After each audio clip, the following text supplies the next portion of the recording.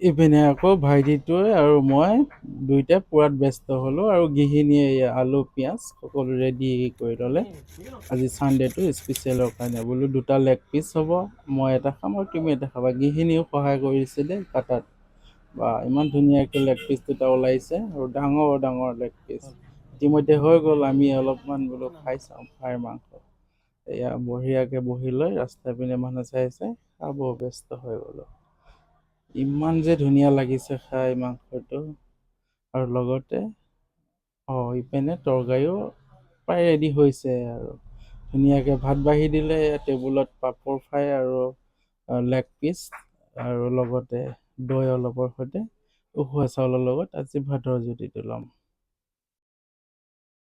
আৰু ধুনীয়াকৈ লেগ পিচটোৰ লগত ভাত সাজ খালোঁ আৰু দিয়ক। আৰু আমি খালেইতো নহ'ব, আমাৰ ওচৰতে আছে এটা কুকুৰ, তাকো দিলোঁ বোলো তয়ো খা আজি।